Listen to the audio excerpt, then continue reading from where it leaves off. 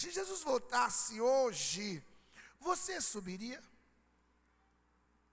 Mateus capítulo de número 24, eu estava meditando nesta palavra e fiz assim um preâmbulo grande. Eu falei, e de repente, numa outra oportunidade, nós vamos falar especificamente sobre arrebatamento. E enfim, numa amplitude, eu quero meditar com você dentro desse capítulo. Nós leremos do versículo 1 ao versículo de número 14, e você deixa a sua Bíblia aberta, que nós estaremos discorrendo em cima desse texto, amém? Diz assim, versículo 1: Ora, Jesus, tendo saído do templo, ia se retirando, quando se aproximaram dele os seus discípulos para lhe mostrarem os edifícios do templo.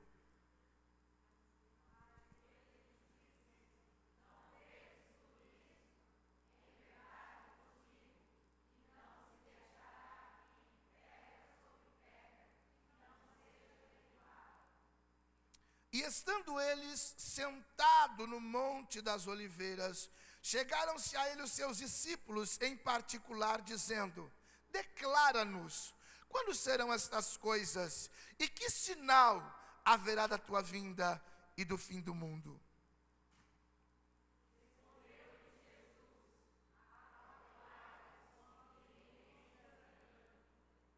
Porque muitos virão em meu nome, dizendo: Eu sou o Cristo, e muitos serão enganados.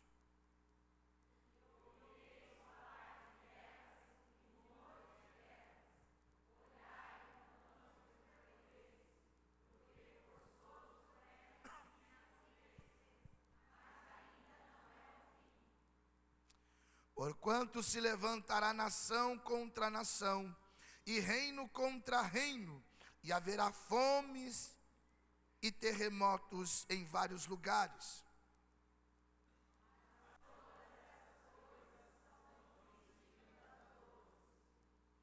Então sereis entregue à tortura, e vos matarão, e serei odiado de todas as nações por causa do meu nome.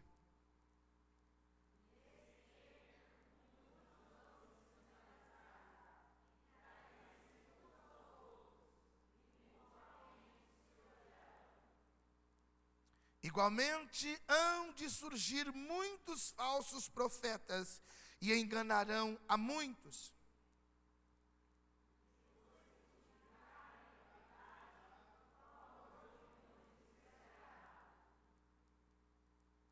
Mas quem perseverar até o fim, este será salvo.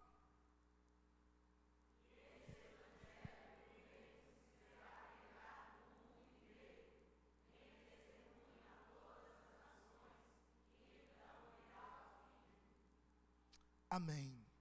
Antes de você se assentar, pergunte para o teu irmão: se Jesus voltasse hoje, você subiria?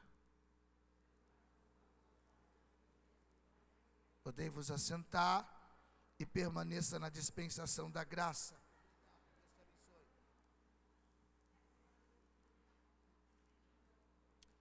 Louvado seja Deus. Queridos, o evangelista Mateus, ele faz questão de apresentar Jesus como o Messias.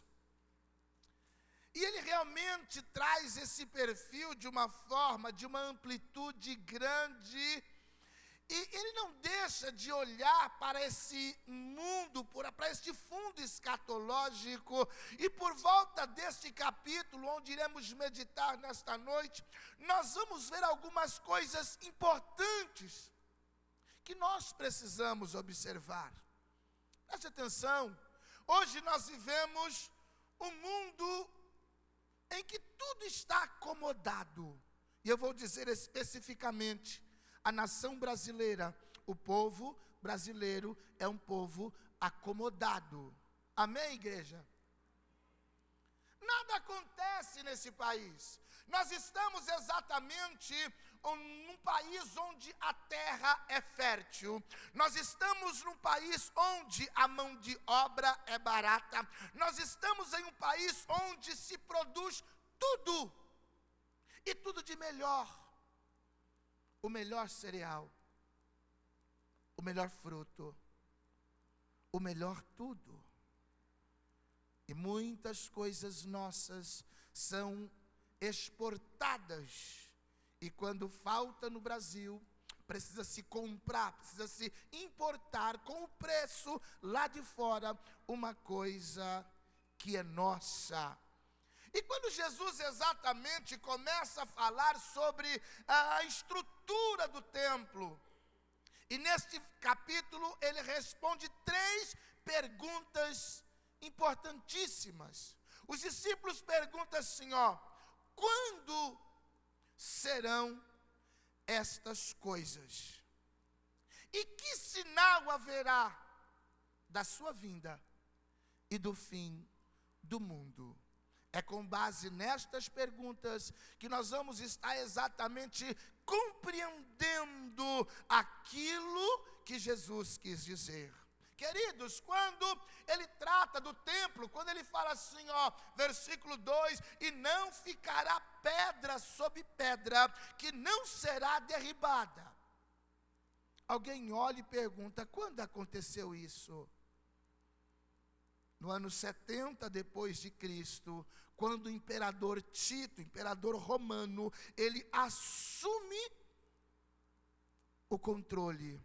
A primeira coisa que ele faz é destruir o templo construído por Salomão, um templo onde realmente se achava todo o glamour, toda a pompa, toda a estrutura que se precisava naquele tempo. No ano 70 depois de Cristo, este imperador, ele faz questão de destruir o templo, dizendo o seguinte, olha, a palavra dita por Jesus, ela foi cumprida literalmente.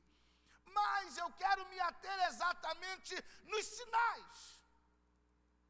Os discípulos perguntam, Jesus, que sinal, ou quais sinais haverá da sua vinda e do fim do mundo? Projeta para mim o versículo de número 4 e deixa isso aí, realmente nós vamos prosseguir dentro dessa esfera, entendendo um pouquinho daquilo que Jesus quer dizer. Versículo 4, o que é que diz?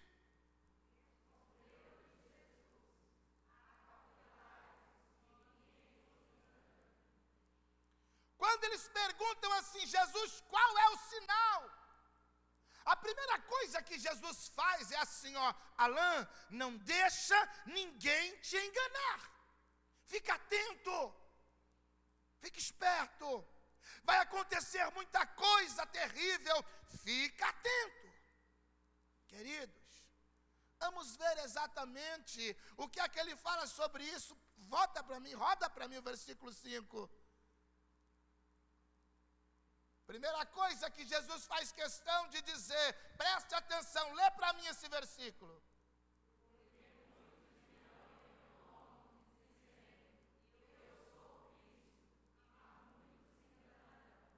Escuta, quantos movimentos, que eu posso chamar de falsos cristos, que têm se levantado desde a década de 90, onde realmente os focos, as ministrações, as palavras eram Jesus volta, Jesus vem, Jesus vai, Jesus fica. Os congressos, eu me lembro, eu estava cantando hoje de manhã, saudosismo, né? Os mercados estão vazios, seu trabalho já parou, o martelo dos obreiros, seu barulho. Ainda bem que não é só eu que sou dessa época. Aleluia, presta atenção. A gente ia para congresso, vou pregar congresso de oração, está lá, o rei está voltando. Queridos, e muitas pregações, muitos sermões foram ministrados, que Jesus viria, que Jesus voltava, e de repente isso não aconteceu. As pessoas se decepcionaram, mudaram seus focos. Aí começou a surgir teologia da prosperidade, teologia da cura, teologia disso, teologia daquilo, teologia e as coisas começaram a realmente tomar uma proporção e se esqueceram de uma promessa. Jesus, quando ele instrui os seus discípulos, por volta do capítulo 14 de João, ele fala o seguinte: não se turbe os vossos corações, credes em Deus, credes também em mim. Na casa de meu pai há muitas moradas, se não fosse assim, eu não vou-lhe teria dito, vou preparar-vos lugar, e se eu for e vos preparar lugar, virei outra vez, e vos levarei para mim mesmo, para que onde eu estiver, estejais vós também. É uma promessa, queridos, e Deus não mata a sua promessa. Mas nós nos acostumamos. Agora, eu preciso, e a minha preocupação é, eu preciso ter. Eu preciso ter. As pessoas se esquecem e mudam estes valores. A preocupação do ter, leva e os remete a fazer e esquecem do ser. Quem eu sou? Realmente, o que é que Deus fez? Por que Deus me criou? Qual foi o propósito da minha criação? O porquê que realmente eu vim a este mundo? E quando eu entendo que é para louvor da glória de Deus, então eu tenho que entender, eu sou peregrino aqui em terra estranha, porque ele orando na oração sacerdotal, ele fez questão de frisar o seguinte, falando a respeito dos discípulos, e isso se estende a nós, eles não são do mundo, assim como eu do mundo não sou. Estamos aqui de passagem, e nesta passagem que nós estamos aqui, a glória de Deus precisa ser refletida através da minha e da sua vida. Nós precisamos estar preocupados exatamente com tudo isso. Movimentos se levantaram, eu me lembro, quando realmente foi para sair do 1999, todo mundo assim, nossa, vai dar pane nas máquinas, o bug do milênio, porque vai acontecer, e fizeram backup disso, daquilo outro, virou o milênio, e o bug continuou, e está até hoje. Preste atenção numa coisa que eu quero te dizer. Jesus Cristo não deixou de dizer que Ele está voltando. Talvez precisa eu e você entender e abrir a nossa boca, melhor a nossa vida, e deixar o Evangelho de Cristo Jesus, aleluia, alcançar, porque a promessa dele voltar é o Evangelho pregado a toda criatura. Me lembro quando nós estávamos fazendo ainda um módulo na faculdade teológica para o professor Itamir sobre escatologia, e ele falou numa pesquisa que tinha lá no Oriente Médio, ainda descobriram que tinha mais de 50 etnias, era isso mesmo, filho? Mais de 50 etnias que não tinha recebido a Bíblia e que não sabia a respeito de Jesus. Me faz lembrar, queridos, nas décadas de 90, num congresso de jovens em Campo Grande, Cuiabá, Mato Grosso, de repente Decaso Takayama estava pregando, e eu era fã desse japonês, fazia coisa linda, o homem era assim, separa 120 cadeiras, se Deus não batizar 120 crente, eu não prego a palavra.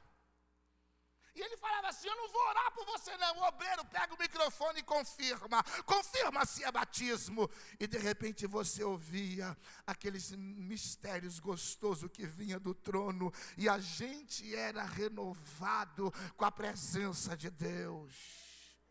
Ele estava pregando nesse congresso, grande templo assim, e de repente uma irmã se levanta no meio e diz: pastor, apresenta o meu filho, porque eu quero que o meu filho, quando crescer, seja um pregador como o senhor. Eu tenho esse cassete, fita cassete ainda.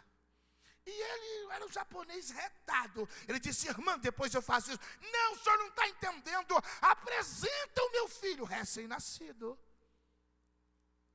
Queridos, e a insistência daquela irmã, na frente do Decácio da Caiama, púlpito assim, igreja assim, ele tomou esta criança nos braços. E quando ele começou: Senhor, foi tomado por um espanto. Aquele recém-nascido abre a boca e profetiza: pensas tu que haverá tempo dessa criança crescer? Eis que a minha vinda está às portas, vigia. Foi a ministração da noite. Decácio Takayama não pregou mais, porque Deus trouxe um temor cabível naquela igreja, e o nome do Senhor foi glorificado. Pastor, mas não aconteceu década de 90, nós estamos em 2016. Ei! Promessa de Deus não morre, palavra de Deus não cai por terra. Talvez nesta noite eu vim despertar você para entender que você precisa pregar com a tua vida, precisa pregar com a tua palavra, precisa pregar com o teu testemunho, para que o nome do Senhor seja glorificado. Eu queria que você olhasse para dentro de você. A sua família é toda salva? Você tem orado por aqueles que ainda estão distantes? Ou será que você está assim: bom, eu já decidi, problema é deles? Vamos caminhar comigo dentro dessa esfera. Preste atenção, escuta. Vai aparecer muitos falsos cristos e vão enganar a muitos. Quantos megalomaníacos, espiritualmente falando, grandes templos, grandes igrejas, templos suntuosos, têm falado de dinheiro e têm esquecido de que Jesus está voltando.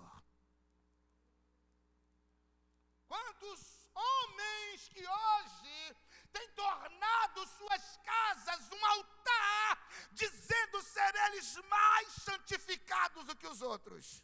E existem aquelas filas enormes de consultoria espiritual.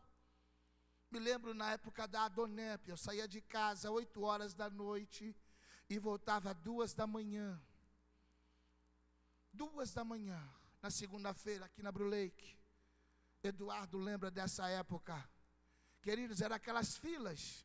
E Deus falava, e a gente ia falando, ia entregando, e fazia aquela... O povo ficava assim, ó, ia na fila de um, Deus não falava, corria para a fila do outro. Nós éramos em bastante pastores. E depois que ia para todo mundo, então, o resumo sobrava para o marmitão aqui. Aí eu adotei um sistema: cante alegre. Deus não falou nada, Patrícia. Cante alegre, pastor. Aí começou assim: pastor Moisés não é mais o mesmo.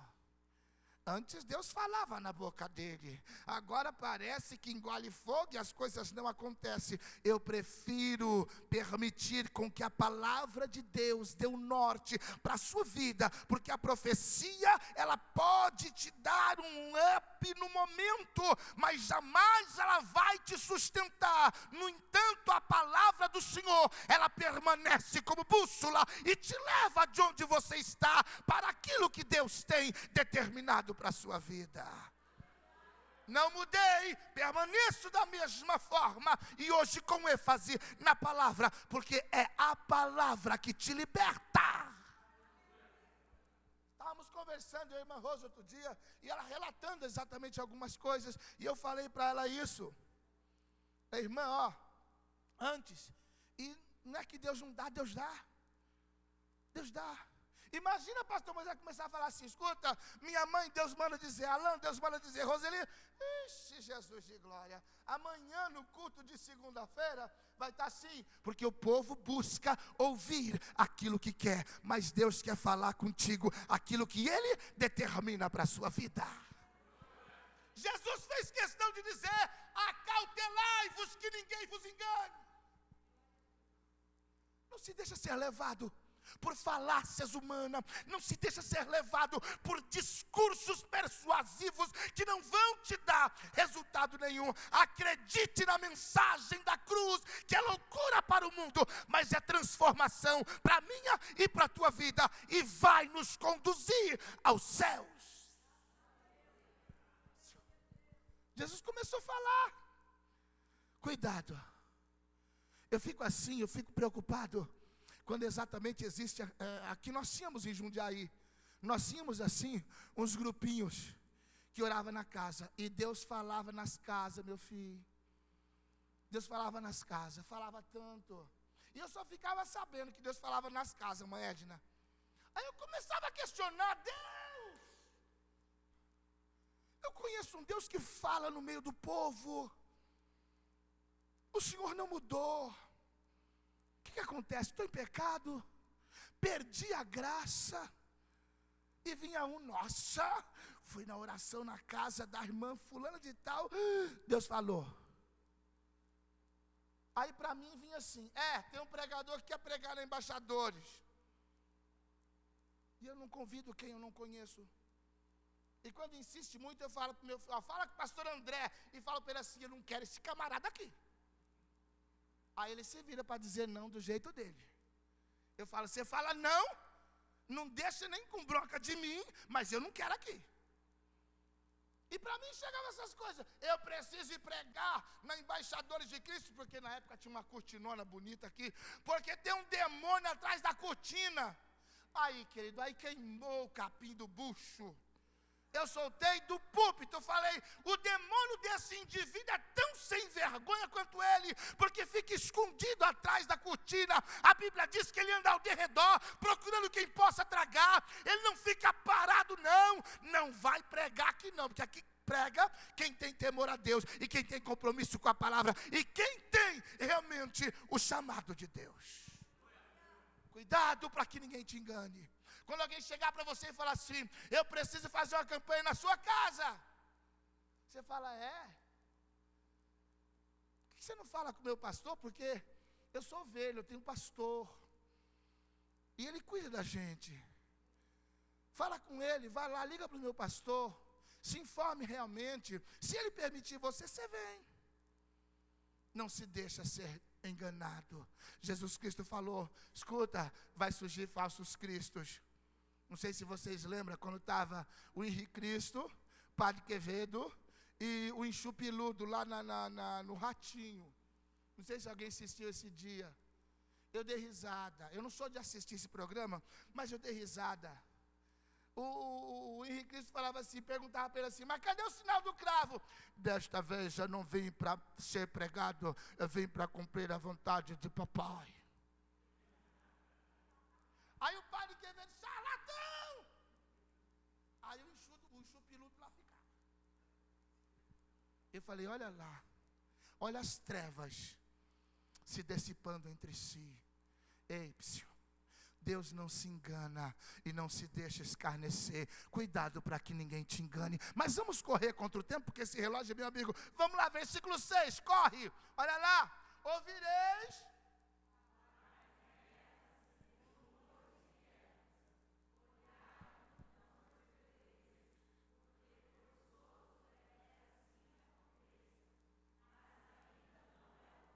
Escuta. Se eu for falar de guerra, resumido, eu vou dizer que guerra existe, não é de agora, é bem antes. A guerra começa, preste atenção, quando Deus fala assim para Abraão: eu vou te dar um filho. Aí Sara olha para ele e falou assim: ih, velho, você já foi, tem mais jeito não, olha eu. Deus não mata a sua promessa. E ela então, para não perder essa oportunidade, ela fala para Abraão: olha, entra, Agar, ela pode gerar, ela vai gerar e vai dar filhos a mim. nasce Ismael. Ismael é primogênito de Abraão. Daqui um pouquinho, Deus aparece mais tarde e fala: Abraão, anda na minha presença e ser perfeito. Ele tinha 99 anos quando ele completa 100 anos. Nasce Isaac formoso, e todos nós conhecemos a história. E Deus pede para ver se ainda tinha o lugar no coração de Abraão. Pede Isaac, Abraão desce para fazer o sacrifício. Deus impede o sacrifício, vendo a obediência, sabe que ele estava em primeiro lugar no coração de Abraão. E a guerra começa. Agora está lá, queridos, eu tive em Israel, e a briga é por causa de uma faixa chamada Gaza, que é uma faixa que dá dessa parede aqui, mais ou menos na parede do prédio vizinho, cruza todo o estado do Israel, e eles estão lá, descendentes, que são os árabes e palestinos, descendentes de Ismael, dizendo: é nosso. Descendentes de Isaac, judeu, dizendo assim: ó, nos pertence. E essa guerra vem, não é de agora.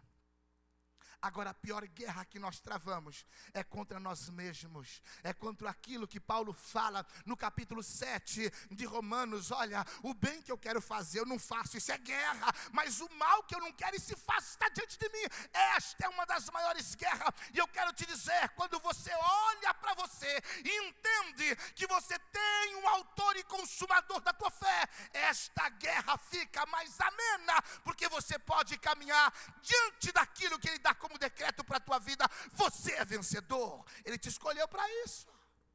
Escuta, mas deixa eu ir, não fica perturbado não, isso vai acontecer, é necessário que isso aconteça, mas não é o fim, são dores.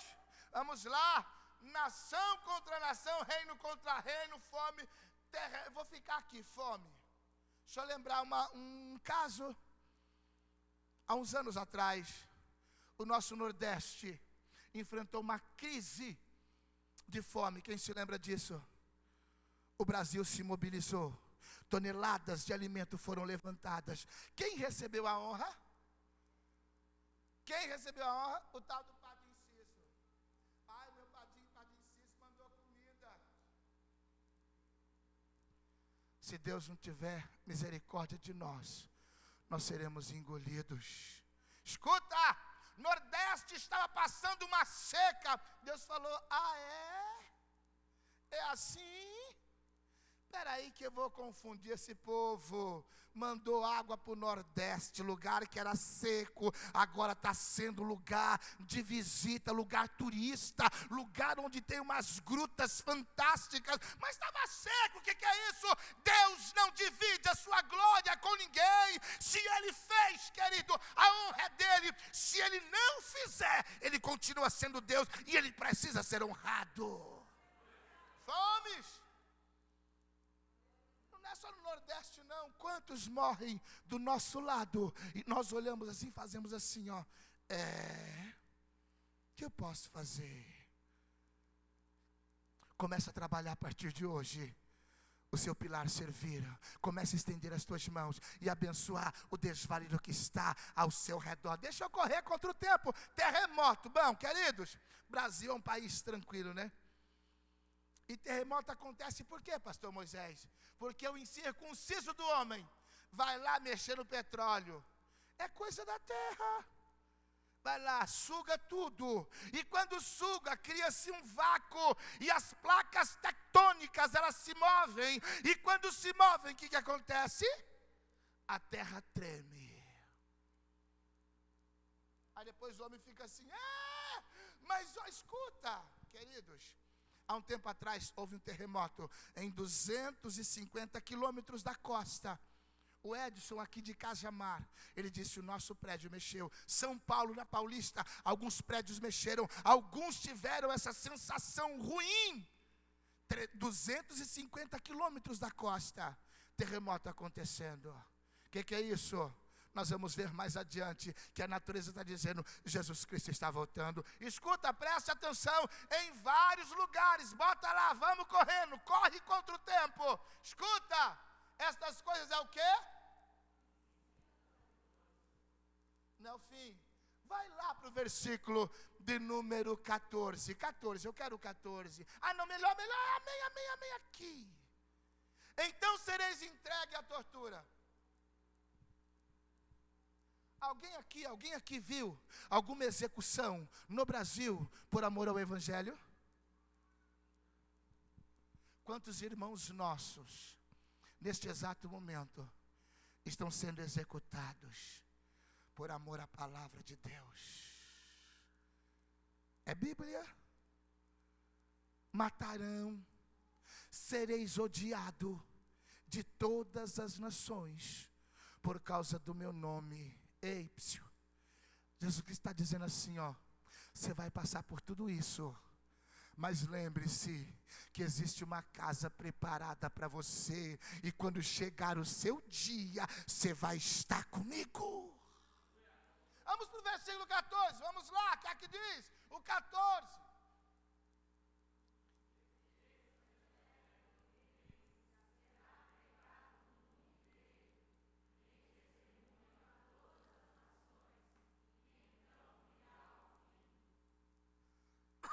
Escuta, e este evangelho pregado a toda criatura, não diz que todos irão converter, mas vão ouvir do evangelho, porque Deus não terá o culpado por inocente. Me lembro também nas décadas de 90, quando Jimmy Swaggart, pregador internacional, homem evangelista fantástico, mas chegou o momento da soberba tomar conta de si, e infelizmente a soberba destruiu o homem, quando ele disse para ele assim, dentro do gabinete, para os seus assessores: Deus precisa de mim. Deus não precisa de nós não, é nós que precisamos dele. Essa soberba de Jimmy Swaggart fez com que ele caísse, e o evangelho começou a realmente tomar uma proporção de decadência, por causa de escândalos. Preste atenção, o evangelho foi pregado. Me lembro que ele ganhou um canal de televisão na Rússia, e Rússia, país comunista, o que ela fez? Ela projetava essa imagem para os Estados Unidos. Estados Unidos não tinha uma aliança com eles, devolvia a imagem. E Jimmy Swaggart estava pregando: Jesus te ama e pode mudar a sua vida. E quando esse evangelho for pregado a toda a criatura, então virá o fim. Amém? Como introdução está ótimo. Agora preste atenção, a pergunta é: que sinal haverá da sua vinda e do fim do mundo? Como eu já disse, quando Jesus disse no versículo 2, não ficará pedra sobre pedra. A destruição do templo de Salomão ocorreu 70 anos depois de Cristo. Quando o imperador Tito assume o controle e faz isso, ele destrói o templo. Mas aí vem os sinais que antecedem o arrebatamento. Primeiro sinal, mundo político. Veja para mim 24:10, o que é que diz? Sinal no mundo político.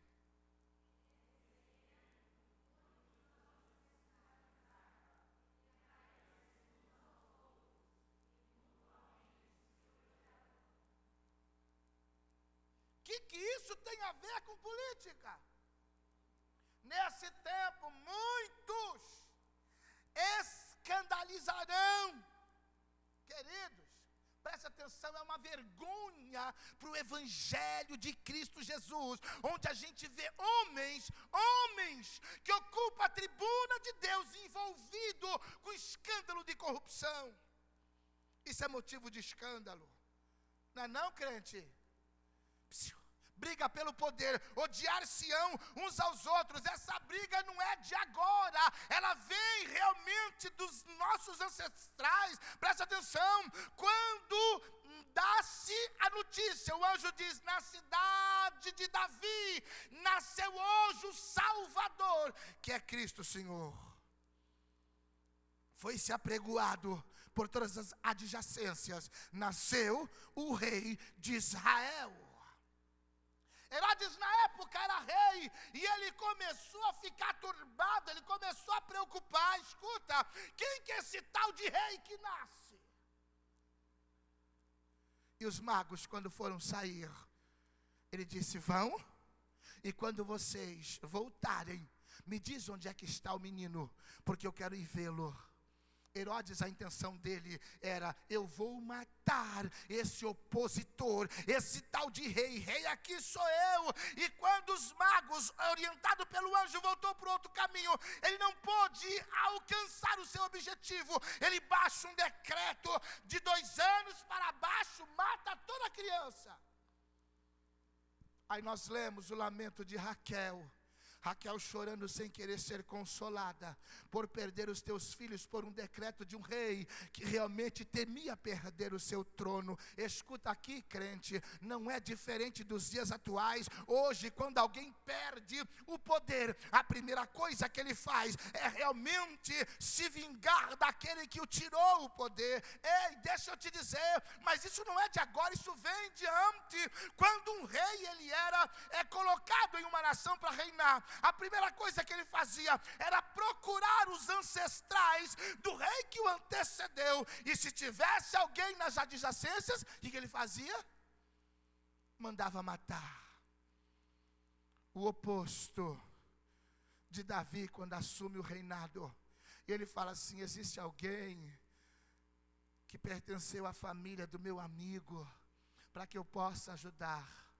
E tinha lá Mefibosete, como todos nós sabemos a história. E ele tinha diante dos teus olhos uma coisa a fazer. Qual era? Era executar Mefibosete. Ele faz o seguinte: escuta, eu quero usar de benevolência, eu quero mostrar que é possível conviver em paz com aqueles que se opõem, mas existe aqueles que não entendem que é possível. Quando Paulo fala assim, ó, se depender de vós, tem de paz. O texto original diz: é possível, estando em vós, ter paz. Eu posso estabelecer um reino de paz, eu posso viver paz, mas o homem dentro dessa esfera, a briga pelo poder, leva o homem à loucura, e ele quer destruir aqueles que se opõem. Queridos, hoje nós estamos diante de um ato importantíssimo para a nossa nação. Preste atenção, depende a situação.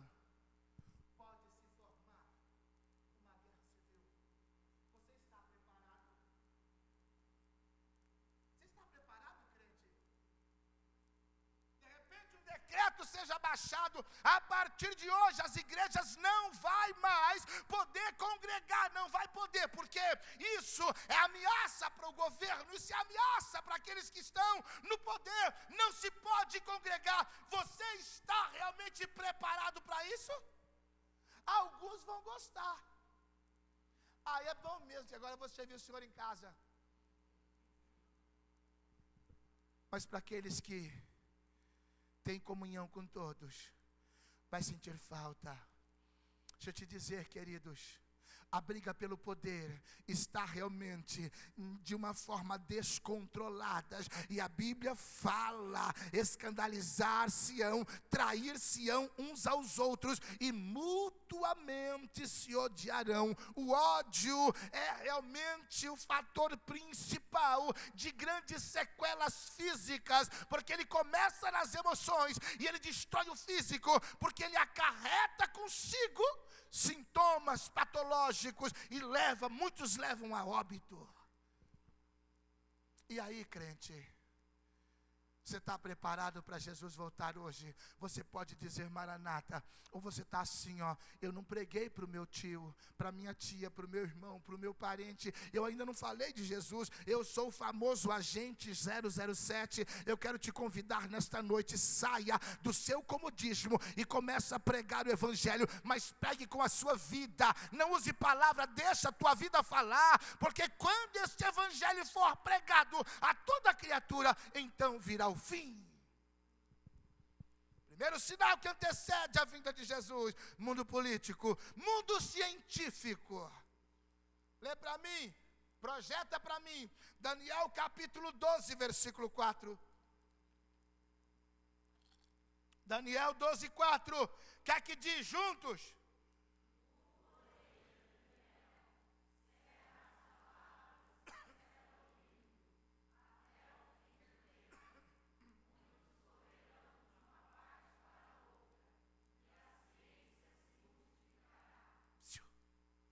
Daniel escreve, Deus está falando para Daniel, cerra estas palavras, cerra esse livro até o tempo do fim. Muitos correrão de um lado para o outro, preste atenção, queridos, na procura de cura. Procura de cura. Preste atenção. Quem se lembra do clone da Dolly, ovelha Dolly, primeiro clone que a ciência fez? Escuta. O que chegaram à conclusão? As células envelhecem precocemente. A ciência não mostra exatamente as aberrações. Aquele filme Réplica, quem assistiu? Baseado em fatos reais. Este filme é baseado em fatos reais com Sylvester Stallone. Onde a réplica, eles fazem um experimento e sai o ruim. E o ruim vai lá, faz tudo oposto. E de repente, preste atenção, por fim, o ruim vai lá e mata a mãe no hospital. E aí o bom estava procurando ele para destruir. E só ele, só o bom, é que podia realmente destruir. Porque eram as células dele. Deixa eu te dizer uma coisa.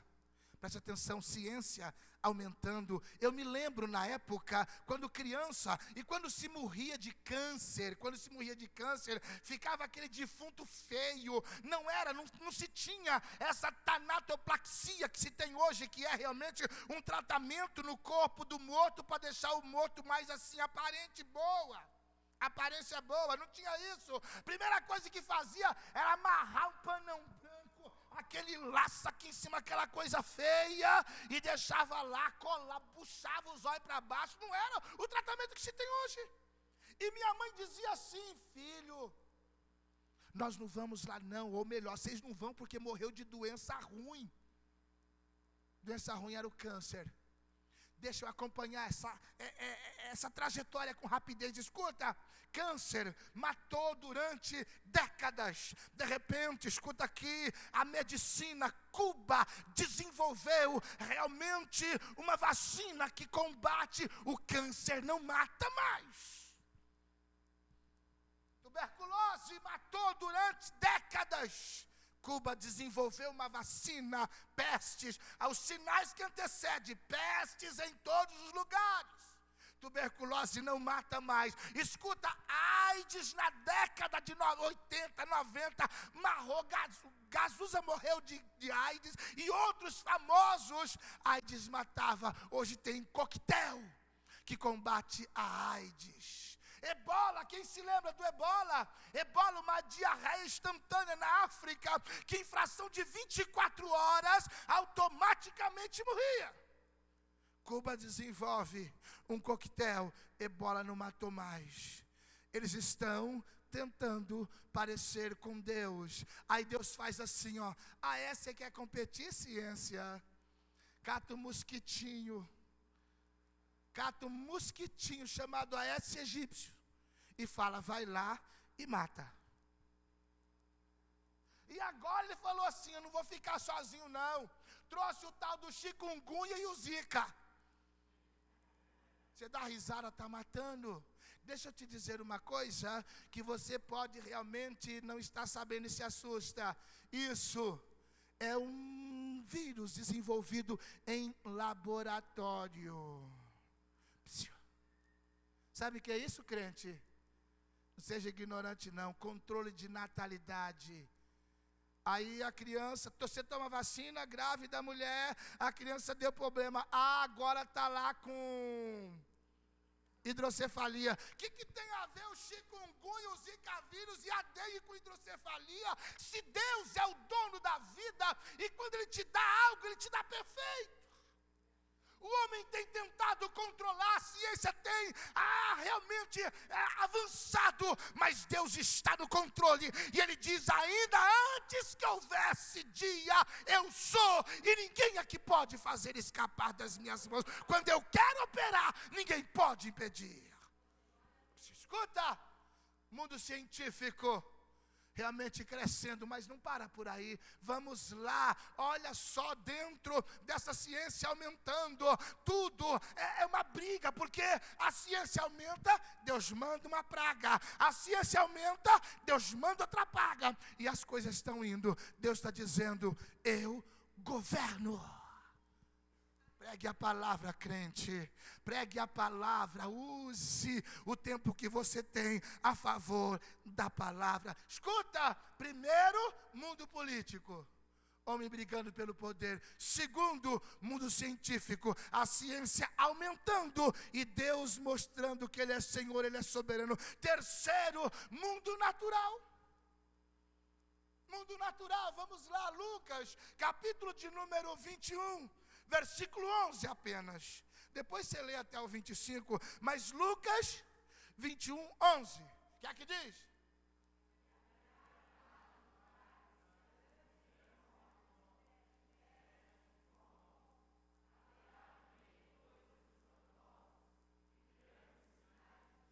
Preste atenção. Peste, já falei, terremoto, fome. Deixa eu falar desses sinais espantosos no céu. Todo mundo fica assim, atônito quando se anuncia, vai ter eclipse. A cada ano, a cada tantos anos, acontece o eclipse.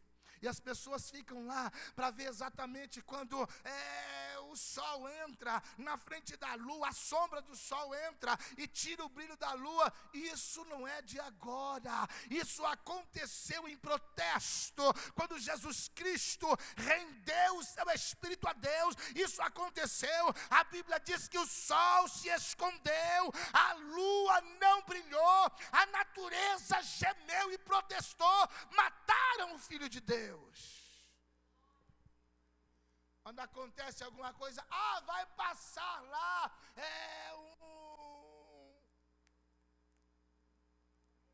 um cometa.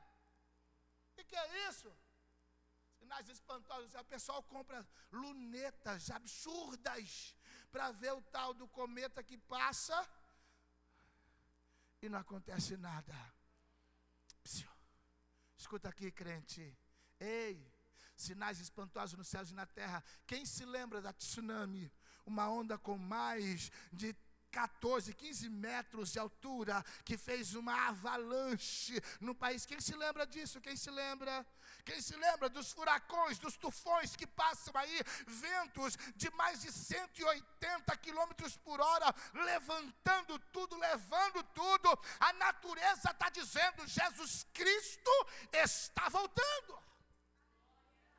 Escuta, os pregadores pararam de pregar sobre a vinda de Jesus, mas o mundo está dizendo, os homens estão brigando, e esta briga está apontando, Jesus Cristo está voltando. Ei, a ciência, o aumento está dizendo, Jesus Cristo está voltando. A natureza está dizendo, Jesus Cristo está voltando. Mas nós estamos realmente preocupados conosco, porque agora entra sinal no mundo social. Abre lá, olha lá comigo, Mateus capítulo 24, versículo 36 a 39, que aqui diz: sinais que antecedem a vida de Jesus. Vamos lá, Mateus 24, 36, juntos.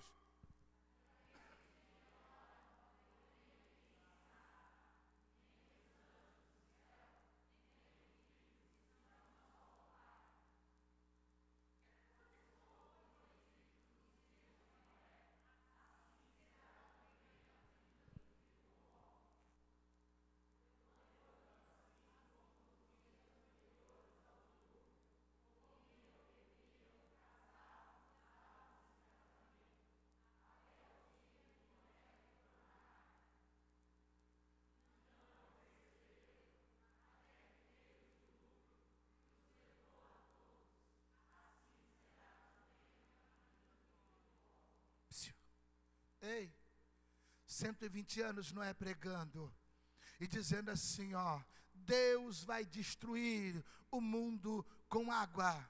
E o povo olhava para ele e pensava assim, esse velho tá gagá, tá louco, esse velho acha que não bate bem, porque a Bíblia fala que nenhum vapor ainda tinha subido da terra, nada tinha acontecido para que realmente pudesse ter algum sinal, não tinha nuvem. Escuta, 120 anos, quando Deus dá o decreto, palavra de Deus, não morre, Deus não mata a sua promessa. Deus dá um decreto, ô Noé, entra na arca, tu, tua mulher, teus filhos e as mulheres dos teus filhos. Põe lá, casal de cada animal, seja ele limpo ou sujo, põe na arca. Fechou a arca para o lado de fora. E a Bíblia diz assim, ó, que descia água dos céus, as fontes do abismo romperam, então vinha a água de cima e subia a água de baixo. Todos foram sucumbidos, porque preocupavam exatamente consigo. Qual é a sua preocupação hoje, crente? Em que você está preocupado? Estou preocupado em informar o que é que está acontecendo. E com a sua vida?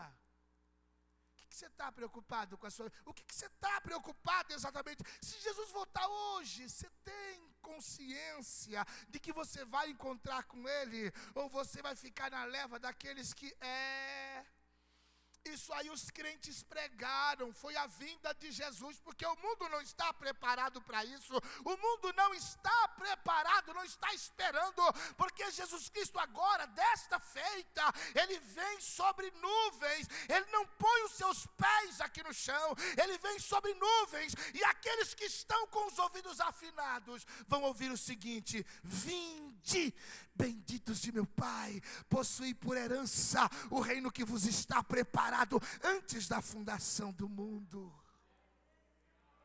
Esse primeiro chamado não é para o mundo, é para a igreja. Mas igreja não é quatro paredes, é eu e você. E eu quero te pedir uma coisa, querido, começa a olhar para dentro do seu interior, vê se você está preparado para subir com Cristo a qualquer momento. Ele está voltando mundo político, mundo científico, mundo natural, mundo social, deixa eu correr. Mundo religioso. 2 Pedro, capítulo de número 3, versículo 3 ao versículo de número 9. 2 Pedro, eu vou deixar. Tinha ainda mundo doméstico, mundo industrial, enfim, outros sinais. Eu vou correr contra o tempo. 2 Pedro, capítulo 3, versículo 3 a 9. Vamos lá? Juntos.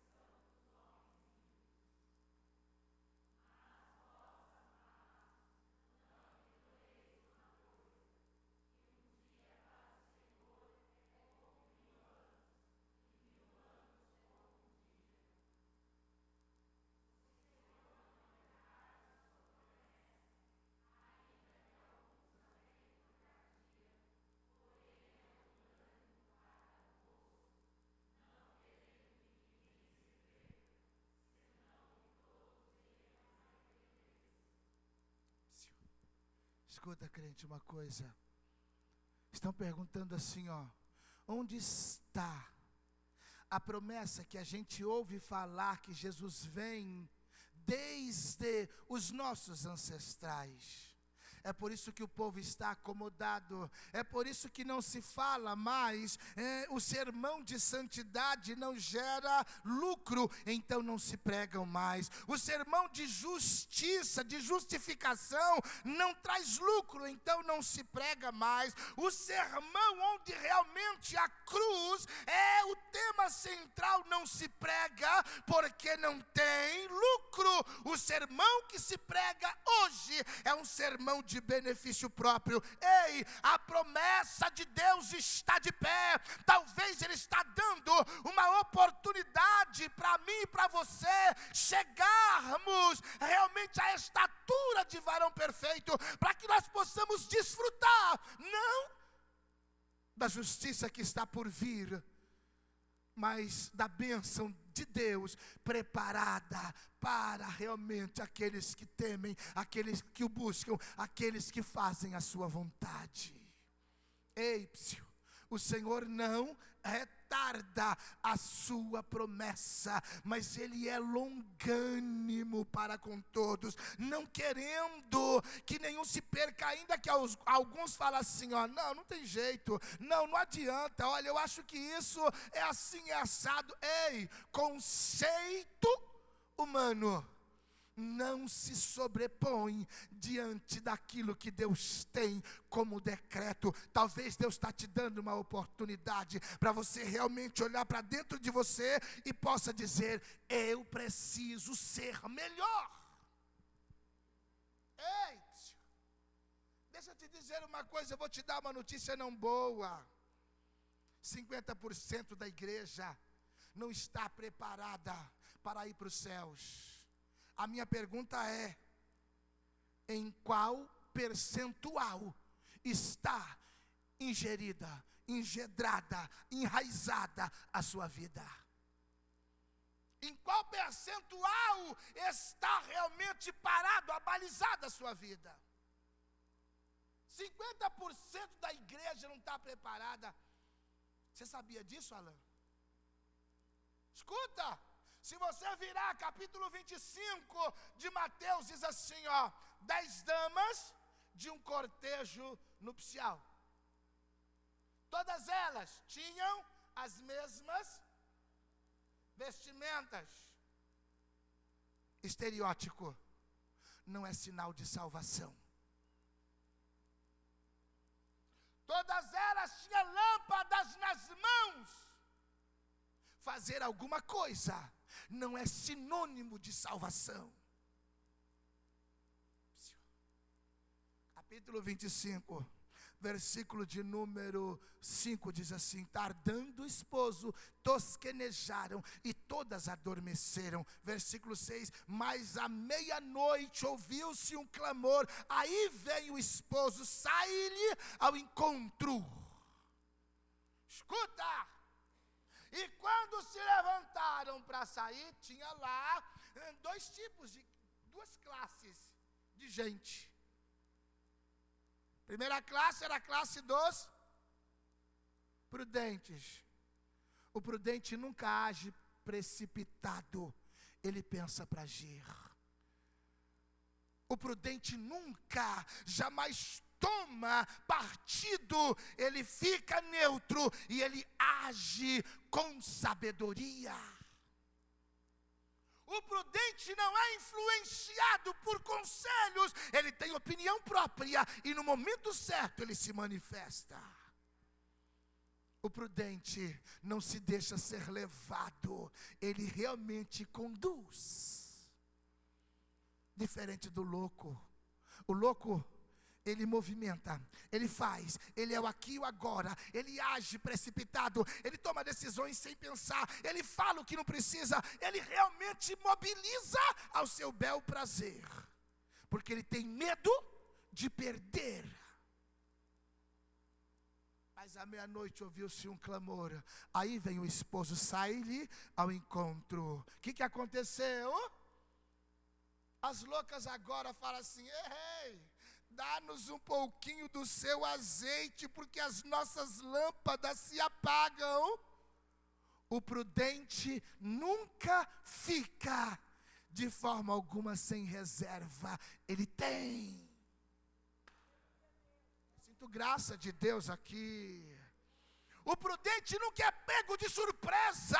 Ele sempre tem uma bala na agulha. E agora elas falam, as 5 prudentes: não é caso que falte a nós nem a vós. Ide a quem vende e comprai. E sabe o que elas fizeram? E quando elas saíram, o noivo chegou.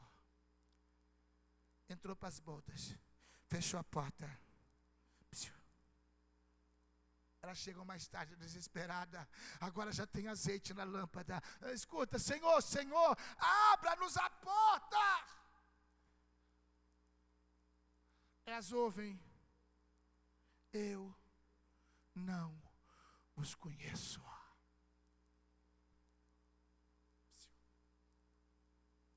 Em qual percentual está abalizado a sua vida? Sinais que antecedem a vinda de Jesus. A Bíblia diz: por se multiplicar a iniquidade, o amor de muitos esfriariam. Como é que está o seu amor? Não amor próprio apenas, mas amor pelo Evangelho da cruz, amor exatamente por esse Evangelho de transformação. Como é que está o seu coração em relação às promessas de Cristo? Esfriaram? Ou você está assim, Deus conta comigo, eu quero ser anunciador de boas novas, eu quero fazer a diferença, eu sou diferente, eu sou influência, eu não sou influenciável, eu quero fazer a diferença. Ei, não para por aí, presta atenção, capítulo 24 de Mateus, vamos olhar aqui 10 damas do cortejo nupcial, olha só, vigia e ora. O conselho das damas do cortejo, 5%, 50% estavam preparadas, 50% não. Trata-se da igreja do Deus vivo nos dias atuais. O que nós estamos fazendo aqui na terra? Estamos fazendo obra para sermos reconhecidos, ou estamos fazendo alguma coisa para que o nome do Senhor seja glorificado? Pensa você, escuta, vamos mais além, olha lá, preste atenção, capítulo de número 24 de Mateus, versículo 40, o que é que diz? 24 de Mateus 40.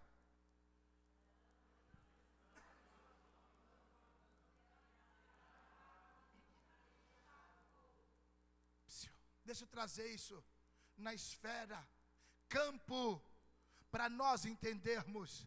É onde se prega a palavra. Campo, dentro da esfera, é onde se lança a semente, é onde se prepara a terra, lança a semente, colhe o fruto. Deixa eu falar do trigo, é onde você prepara exatamente a terra, lança o trigo, colhe o trigo, faz a farinha, faz o pão e distribui. Falando em pão, obrigado, irmã Vilma.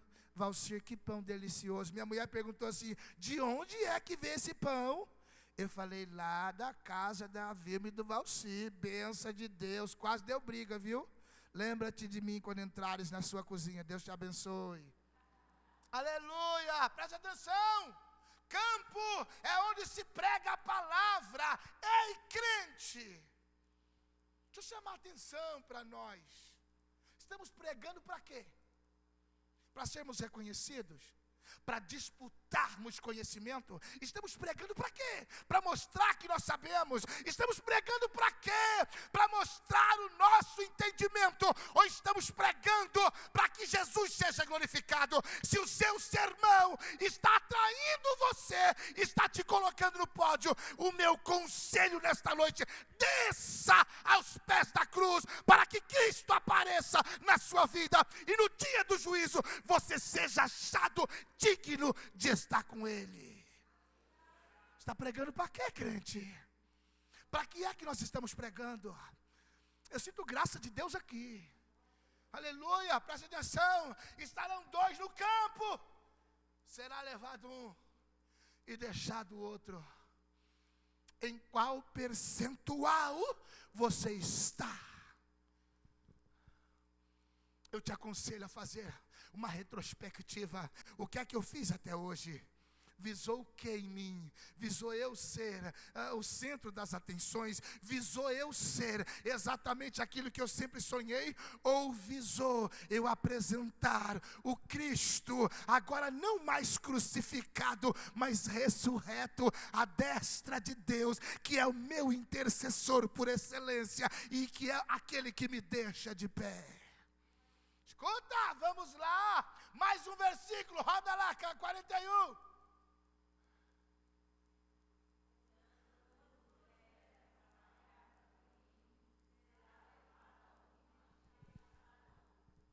Está falando de pregação. Moinho é onde se esmiuça o trigo para se fazer a farinha. Mulheres, como tem sido a pregação do Evangelho através da sua vida? Você é daquelas que realmente apresenta Deus só no simples fato de existir. Quando alguém olha para você e fala assim, ó, é uma mulher de Deus. Ou será que é o oposto? Para ser crente que nem a irmã Luz, eu sou mais crente que ela. Que tipo de comida você está distribuindo? Estarão duas numa moinha, será levada uma e deixada outra. Ei, eu quero dizer uma coisa aqui. Talvez para mim e para você o Evangelho, ele nunca realmente teve um norte dentro da minha vida. Eu sempre levei esse Evangelho à deriva, mas eu quero exatamente, escuta, presta atenção, eu quero chamar a sua atenção dentro da tua casa. Marido, como você tem sido dentro da sua casa? Faz me lembrar de um episódio que meu pai contava. Morreu um diácono na igreja e a viúva chorava copiosamente. E diácono, então, naquela época não se tinha velório bonito para se fazer velório, então fazia-se na igreja ou na casa. E aquele diácono foi ser velado na igreja, e o pastor tomou a palavra para fazer o fúnebre, e ele começou: aqui jaz os restos mortais do abnegado, do ilustre, do isso, do aquilo. A viúva que chorava copiosamente parou de chorar, estancou as lágrimas e disse ao filho: filho, vai lá ver se é seu pai que está dentro do caixão, porque esse homem eu não conheço. Talvez aqui dentro da igreja nós posamos de bonzinhos. Olha nossa cara, auréola. Mas Deus sabe quando saímos daqui. Eu quero te aconselhar nesta noite: prepara a sua vida, porque Paulo escreve, porque todos devemos, 5:10 de 2 Coríntios, porque todos devemos comparecer ante o tribunal de Cristo, para sermos julgados por meio do corpo, aquilo que tivermos feito, ou bem ou mal. O que é que você espera receber de Deus? Talvez, mulher, o teu maldito ciúmes tem impedido o ministério que Deus trouxe para o seu marido. Nesta noite eu quero te dizer, em nome de Jesus, jogue essa desgraça fora, assuma esse ministério e caminha junto, aleluia, para que um dia, quando Jesus chamar, ambos possam ter recompensa. Talvez, marido, você precisa exatamente descer desse pedestal e olhar com mais diligência para a sua casa e dizer: Deus, a partir de hoje eu quero ser um bom pai, eu quero ser um bom marido, eu quero ser melhor do que eu fui até hoje, porque o meu objetivo realmente é me encontrar com o Senhor nos ares, por ocasião do arrebatamento da igreja. Eu não pertenço a este mundo. Eu quero que você se coloque de pé agora. Preste atenção, se escuta. Eu quero que você olhe para você agora. Eu quero que você fale com Deus. Deus, tira a minha insegurança, tira o meu ciúmes, Não deixa eu olhar com a minha razão. Me ensina a olhar com os teus olhos. Eu quero que você agora chame, aleluia, a existência. Chame Deus para perto. Fala: Deus, eu não quero estar nesse percentual. Eu sei que os sinais que antecedem a vinda de Jesus Cristo já se cumpriram. Queridos, preste atenção.